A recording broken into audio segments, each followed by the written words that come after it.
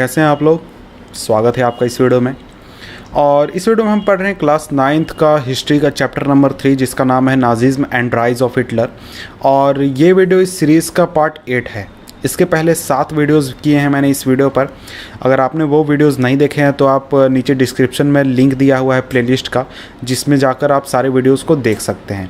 या फिर आप हमारे चैनल के प्लेलिस्ट सेक्शन में जाएंगे तो इस चैप्टर के सारे वीडियोस आपको मिल जाएंगे, या फिर कोई दूसरा चैप्टर अगर आप पढ़ना चाहते हैं तो वो भी आपको वहाँ से मिल जाएगा। तो आइए हम आगे बढ़ते हैं अपने इस चैप्टर में, और चैप्टर में पढ़ते हैं। हमारा इस वीडियो का टॉपिक है topic number 4, youth in Nazi Germany.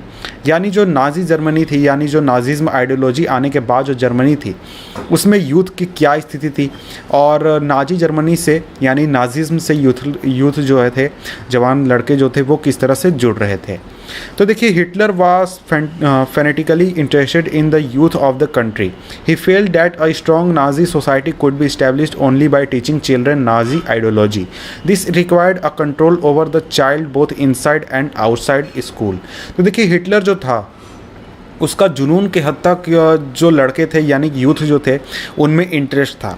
वो महसूस करता था कि स्ट्रॉन्ग नाजी सोसाइटी तभी बनाया जा सकता है, स्ट्रॉन्ग नाजी सोसाइटी तभी इस्टेब्लिश किया जा सकता है अगर सभी बच्चों को नाजी आइडियोलॉजी सिखाई जाए शुरुआत से ही। यानी कि जो अगर नाजी आइडियोलॉजी को अगर इस्टेब्लिश करना है, यानी नाजी सोसाइटी बनाना है, तो उसके लिए बच्चों को, आगे आने वाली पीढ़ी को भी इस आइडियोलॉजी से जुड़ना बहुत ही ज़रूरी है।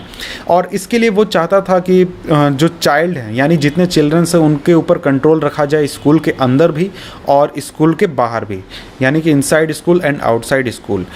तो इसके लिए उसने बहुत सारे मेजर्स लिए थे, बहुत सारे तरीके अपनाए थे। उन सभी चीज़ों को हम इस टॉपिक में देखने वाले हैं। तो अब यहाँ बात करते हैं कि आखिर स्कूल में क्या हो रहा था नाजिज्म के शासनकाल के दौरान। What happened in schools under Nazism. All schools were cleansed and purified. This mean that teachers who were Jews or seen as politically unreliable were dismissed. Children were first segregated. German and Jews could not sit together or play together. Subsequently, undesirable children, that is Jews, the physically handicapped and gypsies, were thrown out the school. And finally, in 1940s, they were taken to the gas chambers. तो अब देखते हैं कि ये कहता क्या है। तो यहाँ बात हो रही है कि उस समय में आखिर स्कूल में हो क्या रहा था। तो जब नाजी शासन काल चल रहा था उस समय सभी स्कूलों को क्लीन किया जा रहा था, प्यूरिफाई किया जा रहा था। इसका मतलब ये था कि जितने भी टीचर्स जो कि ज्यूज थे या फिर पॉलिटिकल अनरिलायबल थे नाजिज्म के आइडियोलॉजी के लिए, इसका मतलब है कि जो टीचर्स नाजिज्म के आइडियोलॉजी को फॉलो नहीं करते थे या फिर कोई दूसरी आइडियोलॉजी को मानते थे, उन सभी को पहले तो स्कूल से डिसमिस कर दिया गया, निकाल दिया गया। और उसके बाद सबसे पहले चिल्ड्रंस को सेग्रीगेट किया गया, यानी सभी चिल्ड्रंस को अलग अलग किया गया। जर्मन्स, जो जर्मन स्टूडेंट्स थे और ज्यूज स्टूडेंट्स जो थे, उनको एक साथ बैठने की इजाज़त नहीं दी गई या फिर खेलने की इजाज़त नहीं दी गई। वो सभी अलग अलग खेलते थे, अलग अलग बैठते थे, अलग अलग रहते थे। और इसके साथ ही जितने भी अनडिज़ायरेबल चिल्ड्रंस थे, जैसे कि ज्यूज़ हो गए, जो फिजिकली हैंडीकैप थे, जिप्सीज थे, इन सभी को सबसे पहले स्कूल से बाहर फेंक दिया गया, बाहर निकाल दिया गया। और बाद में 1940s के शासनकाल के दौरान सभी को गैस चेम्बर्स में ले जाकर मार दिया गया। तो इस तरह से एक प्रोसेस चला स्कूल में। अब इसके बाद हम चिल्ड्रंस पर आते हैं। Good German childrens were subjected to a process of Nazi schooling, a prolonged period of ideological training. तो देखिए, जितने भी चिल्ड्रंस जो थे जर्मनी के, जिनको कि गुड जर्मन माना जाता था, यानी नॉर्डिक जर्मन आर्यन, ये जो थे बच्चे, इन सभी को एक नाजी स्कूलिंग प्रोसेस से गुजरना होता था। और इस प्रोसेस में सिंपली ज़्यादा कुछ नहीं होता था। इस प्रोसेस में सभी बच्चों को आइडियोलॉजिकली ट्रेन किया जाता था नाजी आइडियोलॉजी के हिसाब से। उन सभी को नाजी आइडियोलॉजी सिखाई जाती थी कि ये नाजी आइडियोलॉजी होता क्या है, ये किस तरह से काम करता है। और इसके साथ ही जितने स्कूल टेक्स्ट बुक थे, इन सभी को रीराइट किया गया। इसके अंदर रेशियल साइंस यानी जो नस्ल साइंस है उसको इंट्रोड्यूस किया गया। और ये इसलिए किया गया कि जो नाजी आइडियोलॉजी है, नाजी आइडियाज़ हैं, इसको बच्चों को सिखाया जा सके और ये उन्हें सिखाया जा सके कि हम जो बात कर रहे हैं ये बिल्कुल सही बात है, ये कोई गलत बात हम नहीं कर रहे हैं। तो इसके बाद जितने भी ज्यूस थे उन सभी के स्टीरियोटाइप्स पॉपुलर किए गए और इनको यूज़ किया जाता था इवन मैथ क्लास में भी। अब स्टीरियोटाइप का क्या मतलब हुआ? स्टीरियोटाइप जैसे कि अब बच्चों को ये सिखाया जाता था कि जो ज्यूस होते हैं वो सूदखोर होते हैं, वो सिर्फ पैसा पर ध्यान देते हैं, उनको और चीज़ से किसी चीज़ से मतलब नहीं होता है। अब चिल्ड्रन जो होते थे उन्हें ये सिखाया जाता था कि उन्हें लॉयल होना चाहिए, सबमिसिव होना चाहिए, ज्यूस को हेट करना चाहिए और फिर हिटलर की पूजा करना चाहिए या फिर उसे भगवान के समान मानना चाहिए। तो ये बहुत ही अजीब चीज़ था कि जो चिल्ड्रन थे उनको हिटलर को एकदम भगवान के रूप में दर्शाया जाता था। उसका एक रीज़न ये भी था कि सभी बच्चों की जो लॉयल्टी है उसको एक आदमी के साथ बांध दिया गया, हिटलर के साथ, और उन्हें यह सिखाया गया कि जो लोग होते हैं उन्हें लॉयल होना चाहिए, उन्हें आज्ञा मानना चाहिए, यानी कि जो ऊपर से ऑर्डर आए उसको मानना चाहिए और बच्चों के सामने बड़ों के सामने अपना सर झुकाना चाहिए। इस तरह की बातें बहुत ज़्यादा सिखाई गई बच्चों को। Even the function of sports was to nurture a spirit of violence and aggression among children. तो देखिए स्पोर्ट्स को भी नहीं छोड़ा गया, स्पोर्ट्स को भी यूज़ किया गया बच्चों में वायलेंस और एग्रेशन के भावना को पैदा करने के लिए। हिटलर बिलीव करता था कि बॉक्सिंग की अगर ट्रेनिंग दी जाए तो बच्चे जो हैं वो आयरन हार्टेड यानी पत्थर दिल हो जाएंगे, स्ट्रांग होंगे और मर्दाना सोच वाले और मर्दाना ताकत वाले वो हो सकते हैं। तो इसलिए वो ऐसे स्पोर्ट्स को ज़्यादा प्रमोट करता था जिसमें कि ज़्यादा वायलेंस हो, जैसे कि बॉक्सिंग। यूथ ऑर्गेनाइजेशन जो थे उनको रिस्पॉन्सिबल बनाया गया, उनको ये जिम्मेदारी दी गई कि जो जर्मन यूथ हैं उनको आप एजुकेट करें और उनके अंदर the spirit of national socialism की भावना लाएं, यानी जो जर्मन सरकार है उसके प्रति एक अच्छी भावना लाएं। तो इसके लिए जितने भी 10 साल के बच्चे होते थे उनको यंग फोक में एंटर करना होता था। यंग फोक क्या था? तो ये एक तरीके का संगठन था बच्चों के लिए। यूथ संगठन जैसे नहीं होते हैं आज इंडिया में आप देखेंगे तो सभी पार्टी के यूथ संगठन होते हैं, उसी तरीके से ये जर्मन जो पार्टी थी नाजी उसका यूथ संगठन था जिसमें कि 14 साल से कम बच्चों के ज्वाइन करते थे। और इसके बाद 14 साल होने के बाद सभी बॉयज़ जितने भी थे उनको ज्वाइन करना होता था नाजी यूथ ऑर्गेनाइजेशन जिसका नाम था हिटलर यूथ। और जहाँ पर वे लर्न करते थे युद्ध की पूजा करना, एग्रेशन का भाव और वायलेंस के भाव को बढ़ावा देना, डेमोक्रेसी को कंडेम करना, ज्यूज को हेट करना, कम्युनिस्ट, जिप्सीज, इन सभी को हेट करना जिन्हें कि अनडिजायरेबल समझा गया था। एक पीरियड के बाद जब उन्हें काफ़ी ज़्यादा आइडियोलॉजिकल और फिजिकल ट्रेनिंग दी गई है उसके बाद उन्हें लेबर सर्विस ज्वाइन करना होता था, यूजुअली एज ऑफ 18 यानी 18 साल के होने के बाद। Then they had to serve in the armed forces. इसके बाद उन्हें आर्म्ड फोर्सेस में भर्ती होना होता था, आर्म्ड फोर्सेस में अपना सहयोग देना होता था और किसी एक नाजी ऑर्गेनाइजेशन में उन्हें शामिल होना होता था। The youth league of the Nazis was founded in 1922। 1922 में जो नाजी की जो यूथ लीग थी उसे फाउंड किया गया था। 4 साल बाद इसे नाम दे दिया गया था बाद में हिटलर यूथ। और सभी बच्चों को एक यूथ मूवमेंट के अंदर लाने के लिए, नाजी कंट्रोल का जो यूथ मूवमेंट था यानी हिटलर यूथ के अंदर लाने के लिए जितने भी दूसरे यूथ ऑर्गेनाइजेशन थे उन सभी को डिसॉल्व कर दिया गया शुरुआत में और फिर बाद में उन्हें बैन कर दिया गया और सिर्फ एक संगठन बाद में छोड़ा गया जिसका नाम था हिटलर यूथ। इसके बाद अब हम आगे बढ़ते हैं तो यहाँ आप इमेज देख सकते हैं। इमेज में हिटलर उन बच्चों के साथ है जिसको वो प्रमोट करना चाहता है, जिसे वो एक तरीके से डिज़ायरेबल समझता था। और यहाँ एक बच्चा है अपनी माँ के साथ जो दूसरे यूरोप के दूसरे जगहों से लाया गया है पोलैंड में, जिस हिस्से को जर्मनी ने कब्जा किया था वहाँ पर बसाने के लिए। अब हम आगे बढ़ते हैं और अब हमारा टॉपिक है topic number 4.1 the Nazi cult of motherhood, यानी जो माओ के प्रति जो नाजीज़ का आइडियोलॉजी थी या फिर उनकी जो सोच थी, इसको अब हम इस टॉपिक में देखने वाले हैं। Children in Nazi Germany were repeatedly told that women were radically different from men. तो नाजी जर्मनी में जितने भी स्टूडेंट थे, जितने भी बच्चे थे उनको बार बार ये समझाया जाता था या फिर सिखाया जाता था कि जो लड़कियां होती हैं यानी कि जो महिलाएं होती हैं वो पुरुषों से बेसिकली डिफरेंट होती हैं, इसलिए इक्वल राइट्स के लिए फ़ाइट करना मेन और वुमेन के बीच में या ये सभी चीज़ें जो डेमोक्रेटिक स्ट्रगल के में आ चुकी हैं ये सभी चीज़ें गलत हैं। ऐसा नहीं करना चाहिए। ये सभी चीज़ें करने से जो सोसाइटी है वो डिस्ट्रॉय हो जाएगी। और इसके अलावा जो बॉयज़ थे उन्हें ये सिखाया जाता था कि आप ज़्यादा एग्रेसिव हो, मैस्कुलिन हो, यानी कि जो मर्दाना सोच, मर्दाना ताकत, इस तरीके के आपके अंदर भावना होनी चाहिए, आपको पत्थर दिल होना चाहिए। और इसके अलावा जो गर्ल्स होती थी उन्हें शुरुआत से ही ये बताया जाता था, ये सिखाया जाता था कि उन्हें अच्छी माँ बनना है और उन्हें प्योर ब्लडेड आर्यन चिल्ड्रंस को जन्म देना है। और इसके अलावा उन्हें कहा जाता था कि गर्ल्स जो हैं, यानी जो महिलाएं हैं, उनकी ये जिम्मेदारी है कि वो जो आर्यन रेस है उसकी प्योरिटी को बनाए रखें। और उन्हें ये कहा जाता था, इसको मैं ऊपर कर देता हूँ, उन्हें ये कहा जाता था कि उन्हें खुद को जीव से दूर रखना है, उन्हें घर का ध्यान रखना है और अपने चिल्ड्रन को सिखाना है नाजी वैल्यूज़ को, यानी जो नाजी आइडियोलॉजी है उसको भी सिखाने की बात महिलाओं से की गई थी। और उन्हें कहा गया था कि जो आर्यन कल्चर और रेस है उसकी जो जिम्मेदारी है वो महिलाओं के पास ही है, महिलाएं ही इस आर्यन रेस और कल्चर को आगे ले जा सकती हैं। अब हम आगे चलते हैं। इन 1933 हिटलर सेड, 1933 में हिटलर ने कहा था, in my state the mother is the most important citizen. मेरे राज्य में जो महिलाएं हैं वो सबसे इम्पॉर्टेंट सिटीजन हैं। लेकिन नाजी जर्मनी में जितनी भी महिलाएं थी उन सभी को इक्वली ट्रीट नहीं किया जाता था। तो देखिए, जैसे कि जो महिलाएं थी जो अनडिजायरेबल बच्चों को जन्म देती थी उन्हें काफ़ी ज़्यादा पनिश किया जाता था, और जो महिलाएं डिजायरेबल बच्चों को जन्म देती थी उन्हें अवार्ड किया जाता था। तो इसको मैं थोड़ा सा क्लियर कर दूं।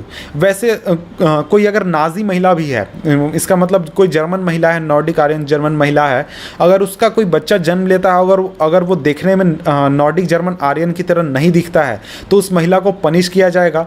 और वहीं कोई महिला है जो कि नॉर्डिक जर्मन आर्यन जैसे दिखने वाले बच्चे को जन्म देती है तो उसे काफ़ी ज़्यादा रिवार्ड भी दिया जाएगा। फॉर एग्जाम्पल, यहाँ पर बताया गया है कि अगर कोई महिला डिजायरेबल बच्चों को जन्म देती है तो उसे हॉस्पिटल के ट्रीटमेंट में काफ़ी ज़्यादा फेवर किया जाएगा और उसे शॉप्स में सामान खरीदने में छूट दी जाएगी, थिएटर टिकट्स में छूट दी जाएगी, रेलवे के जो किराए होते हैं उसमें छूट दी जाएगी। और इसके अलावा महिलाओं को ज़्यादा बच्चे प्रोड्यूस करने के लिए, इनकरेज करने के लिए ऑनर क्रॉसेस अवार्ड किए जाते थे। जैसे हम सैनिक को अवार्ड देते हैं या फिर किसी व्यक्ति को स्पेशल योगदान के लिए अवार्ड देते हैं, उस तरीके से महिलाओं के लिए भी अवार्ड घोषित किए गए थे। अगर कोई महिला है जो कि 4 बच्चों को जन्म देती है तो उसे ब्रॉन्ज क्रॉस दिया जाएगा। कोई महिला अगर 6 बच्चों को जन्म देती है तो उसे सिल्वर क्रॉस दिया जाएगा।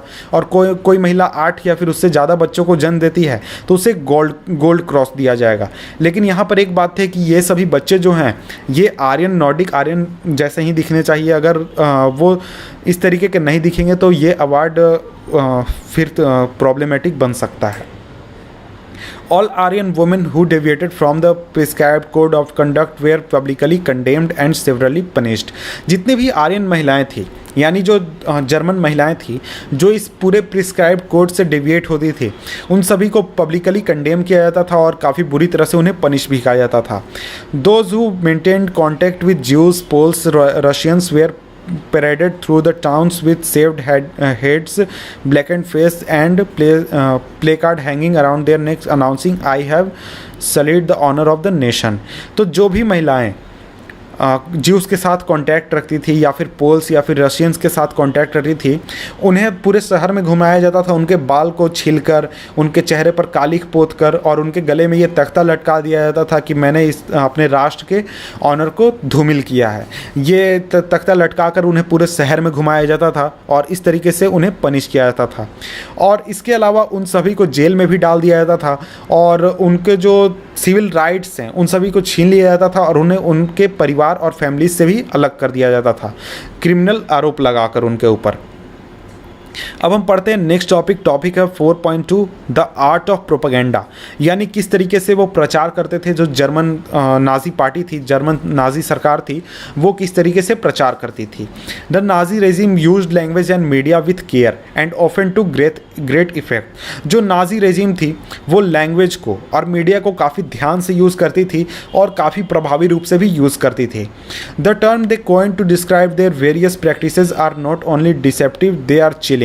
तो देखिए, जितने भी टर्म वो यूज़ करते थे अपने अलग अलग प्रैक्टिसेस के लिए, वो इस तरीके से यूज़ करते थे कि आप उनको एक तरीके से ख़राब नहीं कह सकते। फॉर एग्ज़ाम्पल नाजीज़ को अगर आप देखें तो वो उन्होंने कभी हत्या, मर्डर, किल इस तरीके के वर्ड्स को कभी ऑफिशियल कम्युनिकेशन में यूज़ किया ही नहीं। जो मास किलिंग वो करते थे, जैसे ज्यूज़ की जो हत्या करते थे, या फिर जो डिसेबल्ड लोगों की हत्या करते थे, या फिर जो पॉलिश या फिर दूसरे लोगों की हत्या करते थे, उनको वो कहा करते थे special treatment, final solution, euthanasia और सिलेक्शन, डिसइंफेक्शन, इस तरीके के वर्ड्स वो यूज़ करते थे। जैसे स्पेशल ट्रीटमेंट्स आपको जरासियन, पॉलिश इन लोगों के लिए, फाइनल सॉल्यूशन ज्यूज़ के लिए, यूथनेसिया आपको डिसेबल के लिए, सिलेक्शन, डिसइंफेक्शन, इस तरीके के वर्ड्स ये यूज़ करते थे। और इवैक्यूएशन का मतलब होता था कि लोगों को जब गैस चैम्बर में डाला जाता था तो उस प्रोसेस को इवैक्यूएशन कहा जाता था। तो आपको पता है कि ये जो गैस चैम्बर्स होते थे इनको क्या कहा जाता था। आज न हम इस गैस चैम्बर उन जगहों को कहते हैं, लेकिन जो नाजी जर्मनी के लोग होते थे वो उन रीजन्स को कहा करते थे डिसइंफेक्शन एरियाज़, यानी संक्रमण मुक्त करने वाला क्षेत्र। और ये सभी जो प्लेसेस होते थे, गैस चैम्बर होते थे, ये बाथरूम्स के जैसे दिखते थे और इनमें फेक शॉवर हेड्स भी लगाए गए होते थे। यानी अगर आप उसको देखते तो आपको लगता है कि ये कोई बाथरूम है बहुत बड़ा सा, जहाँ पर कुछ साफ सफाई का काम चलता है लोगों का, लेकिन ऐसा होता नहीं था।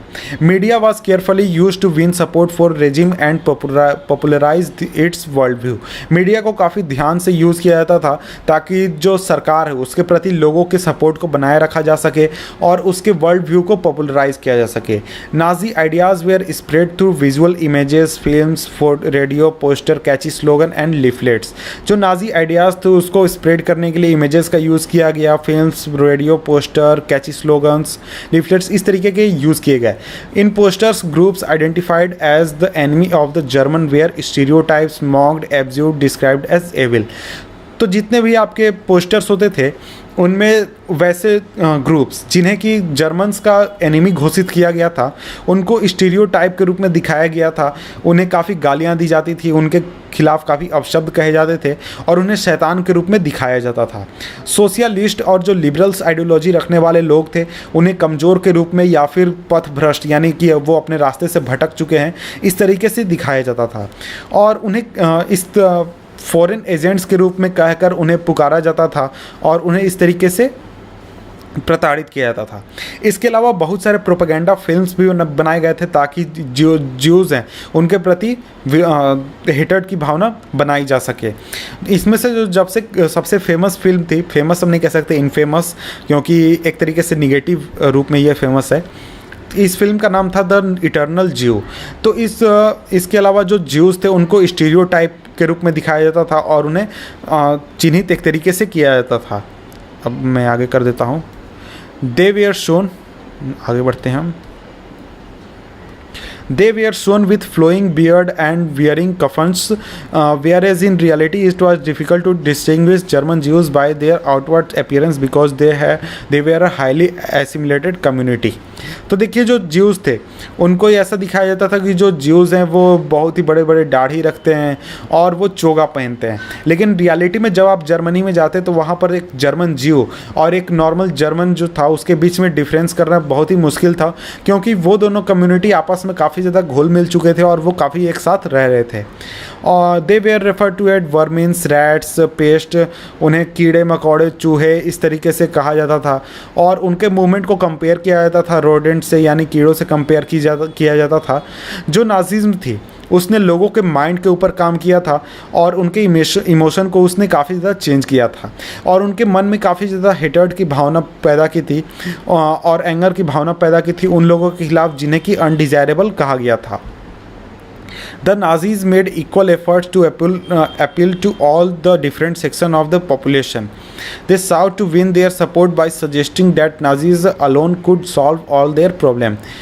तो देखिए जो नाजी लोग थे उन्होंने लोगों के बीच अपना सपोर्ट पाने के लिए, डिफरेंट सेक्शन के बीच में अपना सपोर्ट पाने के लिए बहुत सारी चीज़ें की थी। उन्होंने बहुत सारे बहुत सारे उन्होंने इस तरीके से दिखाने की कोशिश की थी कि जितने भी प्रॉब्लम्स है जर्मनी से रिलेटेड उनको सिर्फ नाजी ही सॉल्व कर सकते हैं, उसके अलावा कोई सॉल्व नहीं कर सकता है, उसके अलावा कोई रास्ता नहीं इनको सॉल्व करने का। तो यहाँ आप देख सकते हैं एक इमेज है जिसमें कि एक जीव को स्टीरियोटाइप दिखाया गया है और इसमें दिखाया गया कि ये जो जीव लोग होते हैं वो सिर्फ पैसा के लिए मरते हैं, उसके लिए उनके अलावा पैसा के अलावा कोई चीज़ इंपॉर्टेंट नहीं होता है। तो इस तरीके से जीव्स को दिखाने की कोशिश की गई है। इसके अलावा आप देख सकते हैं कि पोस्टर बनाया गया है और इस पोस्टर से जो नाजी लोग थे वो पेजेंट्स को अपील करते थे कि आप किसान लोग हैं, हम लोग को सपोर्ट कीजिए, इस रीजन से सपोर्ट कीजिए। तो आप इस पोस्टर को पढ़ सकते हैं। और अगर नीचे जाएं हम तो नीचे हमारा नेक्स्ट टॉपिक है टॉपिक नंबर 5। तो इस टॉपिक को हम पढ़ेंगे नेक्स्ट वीडियो में, जिसका लिंक मैं नीचे डिस्क्रिप्शन में दे दूंगा, जहां से आप इस टॉपिक को पढ़ सकते हैं, ordinary people and the crime against humanity. तो मिलते हैं आपसे हम नेक्स्ट वीडियो में, तब तक के लिए गुड बाय।